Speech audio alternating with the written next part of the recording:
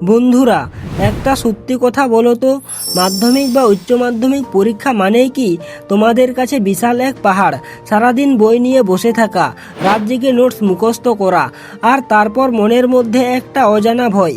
এই ভয়টা কিন্তু শুধু তোমার নয়, তোমার মতো 90% ছাত্রছাত্রীরা তারা ভাবে দিনে 10 থেকে 12 ঘন্টা পড়লেই টপার হওয়া যায়। কিন্তু আমি তোমাদের বলছি, এটা একটা মিথ।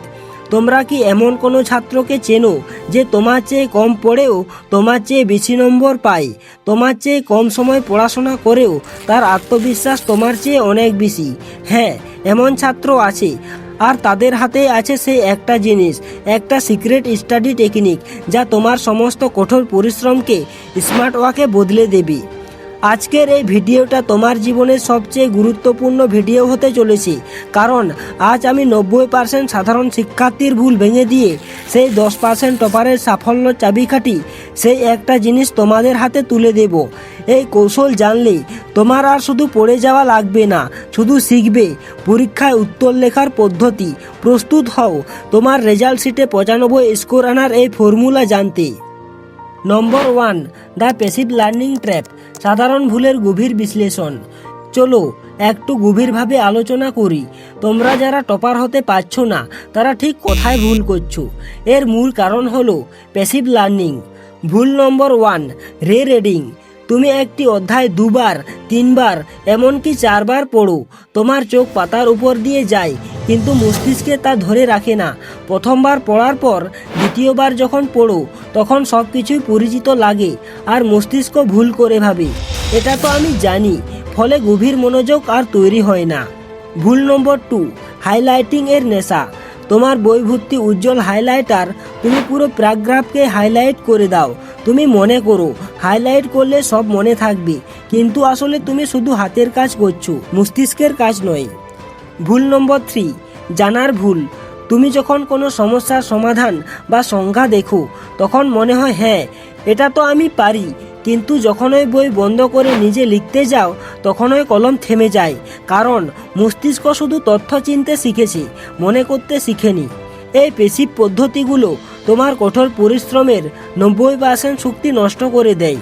টপাররা এই ভুলগুলো করে না, তারা শিখেছে মস্তিষ্ককে কিভাবে কাজে লাগাতে হয়। নম্বর 2, অ্যাক্টিভ রিকল, সক্রিয় স্মরণ। এবার সেই একটা জিনিস জানার পালা। টপারদের সাফল্যর মূল ভিত্তি দুটি পিলারের উপর দাঁড়িয়ে: অ্যাক্টিভ রিকল, সক্রিয় স্মরণ, এবং প্যাসিভ বেস লার্নিং, অনুশীলন ভিত্তিক শিক্ষা।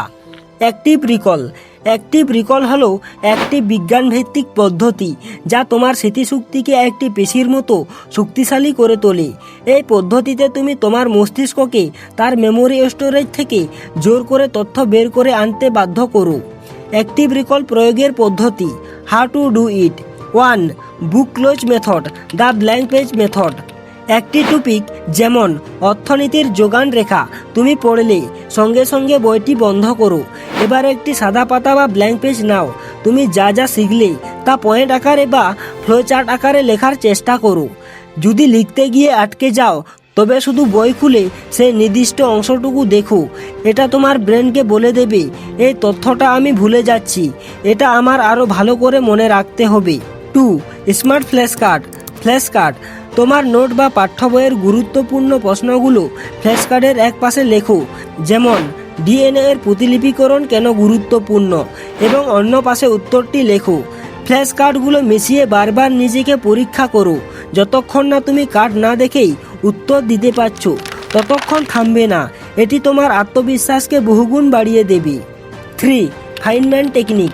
সবচেয়ে কঠিন বিষয়কে একটি 10 বছরের বাচ্চাকে বোঝানোর মতো করে সহজ ভাষায় ব্যাখ্যা করো। যদি তুমি ব্যাখ্যা করতে গিয়ে কোথাও আটকে যাও, তবে বুঝতে হবে তোমার শেখার ঘাটতি আছে। এই পদ্ধতি তোমাকে গভীরতম জ্ঞান অর্জনে সাহায্য করবে। নম্বর 3, প্র্যাকটিস বেস লার্নিং, অনুশীলন ভিত্তিক শিক্ষা। অ্যাক্টিভ রিকলের মাধ্যমে তুমি তথ্য মনে রাখতে শিখলে। এবার এই তথ্যগুলোকে সঠিক সময়ে, সঠিক কাঠামোয় দ্রুত লেখার অভ্যাস করতে হবে। আর এখানেই আসে দ্বিতীয় স্তম্ভ, অনুশীলন ভিত্তিক শিক্ষা। টপারদের 70-30 রুল।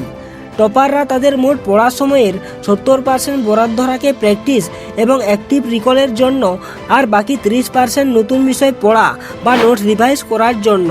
ধরুন আপনার দৈনন্দিন পড়ার সময় 6 ঘন্টা, এর মধ্যে মাত্র 2 ঘন্টা আপনি নতুন কিছু শিখুন, বাকি 4 ঘন্টা আপনাকে নিম্নলিখিত প্র্যাকটিসগুলোকে করতে হবে। 1. Previous year question paper. মাধ্যমিক পরীক্ষার জন্য গত 5 থেকে 7 বছরের প্রশ্নপত্র সংগ্রহ করুন। প্রতি সপ্তাহে অন্তত একটি বিষয়ের পূর্ণাঙ্গ প্রশ্ন নিন। পরীক্ষার হলের মতো 3 ঘন্টা সময় সেট করুন। কোনো প্রকার সাহায্য ছাড়া সেই পরীক্ষাটি দিন। পরীক্ষা শেষে নিজে উত্তরপত্র মূল্যায়ন করুন। কোথায় ভুল হলো, কোথায় সময় বেশি লাগলো তা নোট করুন। এই ভুলগুলোই হলো আপনার পরবর্তী পড়ার টার্গেট। 2. সৃজনশীল প্রশ্নের কাঠামো নির্মাণ। সৃজনশীল প্রশ্নে টপাররা কেন বেশি নম্বর পায়? কারণ তাদের উত্তরের একটি নিখুঁত কাঠামো থাকে। প্রতিটি সৃজনশীল প্রশ্নের জ্ঞান, অনুধাবন, প্রয়োগ, উচ্চতর দক্ষতা জন্য আলাদাভাবে সময় ধরে উত্তর লেখার অভ্যাস করুন। বিশেষ করে প্রয়োগ ও উচ্চতর দক্ষতা এর উত্তর লেখার সময় আপনার যুক্তিকে পরিষ্কারভাবে ব্যাখ্যা করতে শিখুন।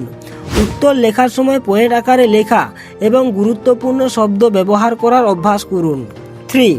এমসিকিউ সলভ করার কৌশল।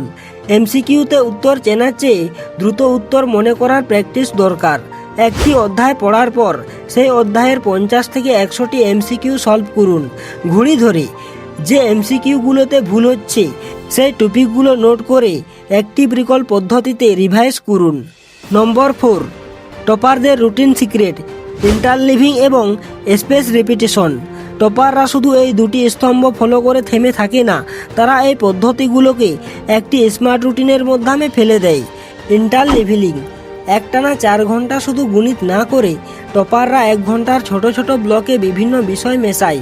যেমন 1 ঘন্টা গণিত, এরপর 1 ঘন্টা জীবন বিজ্ঞান, তারপর 1 ঘন্টা ইংরেজি। এটি আপনার মনোযোগ ধরে রাখে এবং ব্রেনকে দ্রুত সুইচ করতে শেখায়, যা পরীক্ষার হলে জরুরি।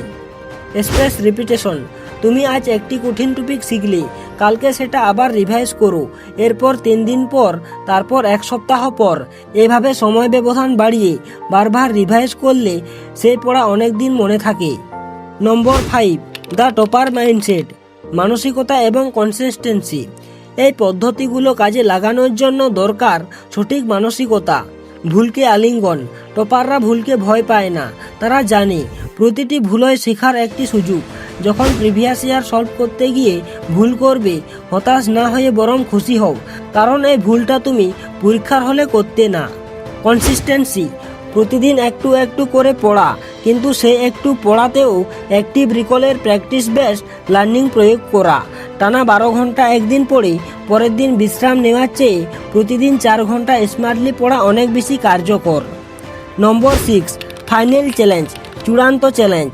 বন্ধুরা, তোমার সামনে এখন 2টি পথ। হয় তুমি সেই 90% ছাত্রের দলে থাকবে যারা শুধু বই পড়ে যাবে, নয়তো তুমি সেই 10% টপারের পথে বেছে নেবে যারা অ্যাক্টিভ রিকল এবং প্র্যাকটিস এর মাধ্যমে তাদের সাফল্য ছিনিয়ে আনে। আজ থেকে প্রতিজ্ঞা করো, তুমি হবে একজন স্মার্ট ওয়ার্কার। তোমার চ্যালেঞ্জ, আগামী 7 দিন তোমার মোট পড়ার সময় 70% প্র্যাকটিসের জন্য বরাদ্দ রাখো। ভিডিওটি তোমার কেমন লাগলো কমেন্টে জানাও। আমি এখন থেকে 70% প্র্যাকটিস করব। এই ভিডিওটি তোমার সেই সব বন্ধুকে শেয়ার করো যারা শুধু রাত জেগে মুখস্থ করে। এরকম আরও স্টাডি হ্যাক্সের জন্য চ্যানেলটি সাবস্ক্রাইব করতে ভুলো না। দেখা হবে পরের ভিডিওতে, ততক্ষণ পড়ো এবং প্র্যাকটিস করো। All the best.